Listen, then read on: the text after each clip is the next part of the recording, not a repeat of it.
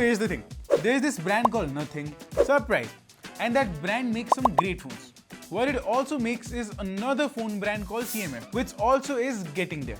Just last year we got to see the CMF Phone 1. It came out like a sorcerer. You could change the back panel, add accessories to your phone. Basically the phone had a lot of things going around it except for the performance. And here I have the successor, the CMF Phone 2 Pro. This phone shares some traits with the predecessor and surprises me with a few things. Let's keep it simple, straightforward. The display of this phone is good. It's got this beautiful 6.77 inches of flexible AMOLED display, 1 billion plus of color production, 120 Hz of screen refresh rate and a touch sampling rate of 1000 Hz. A color contrast ratio of 1,000,000:1. Yeah, we actually get a complete package on this particular phone. Additionally, you've also got Panda Glass protection, so throw it down the table, it won't hurt. Well, the typical brightness is 800 nits, 1300 nits of outdoor brightness and 3000 nits of peak brightness. Personally, I really enjoyed the display. It's got sharp colors, it's punchy.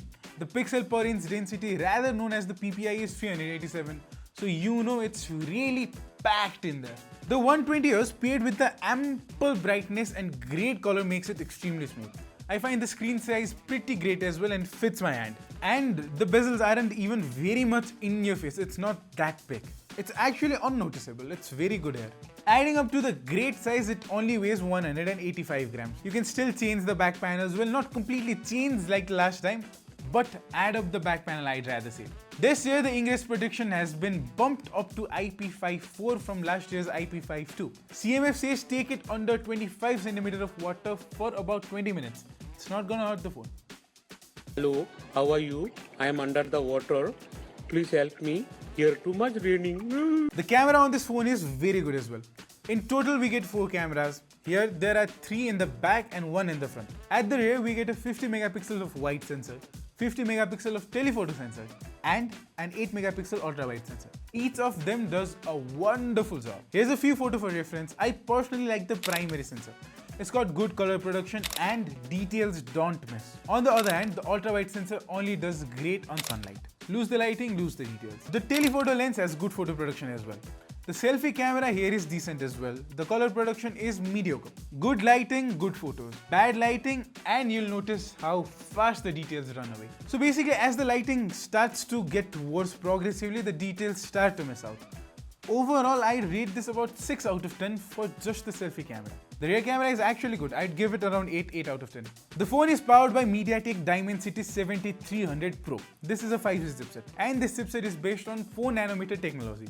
So you know it's fast. This is a good chipset actually. Powering this phone, the overall functioning is smooth. The camera performs well with this. The battery does not drain too much. Gaming is fun and it's overall a power performer. To justify what I just said, I'll give 2 reasons. The first is the benchmark scores coming in your screen about right now. And the second one I'll talk about after I tell you about the battery of this phone. We get a 5000 mAh of battery on this slim device, which is also paired with 33 watts of fast charging support and 5 watts of reverse charging. As I was talking about it earlier, the battery life is amazing. With a good amount of gaming, general day-to-day activities and more, it will last you a complete day. And I don't think I require or anybody requires anything more than a day of backup on a phone like this. Now the second reason is you do not buy this phone expecting flagship level of performance. On this price point, the features the phone is offering are amazing to me. You get a fast phone, great gaming response, decent camera, long battery life and amazing display. And the best part, it does not cost a price of your organ. What else could you possibly ask for? And another thing that's been added up to this phone, which is also directly taken from Nothing, is the Essential Key button. I don't think I have to explain about Essential Key, what it does. If you do not know about the Essential space, do check out this video. On this video, I have completely told you what Essential Key button does. So yeah, we do actually get an Essential Key button by pressing which you can either record voices or take screenshots or even go to this Essential space where everything is stored there. So that was it for this particular video. I hope I answered everything you would have wanted to know about the CMF Phone 2 Pro. Personally, I'd give this phone around 7.5.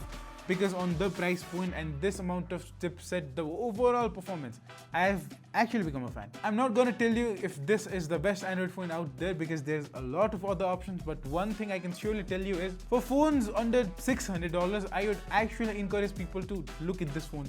Consider it as an option. The camera is surprisingly good. You won't be amazed to a point, oh my god, this is great, but you'll have that sense of satisfaction, oh my god, this does a decent job. The display is amazing, I've become a fan. So yeah, you've seen me before, you'll see me again. This was Susan Corner signing off. Until next time, bye bye.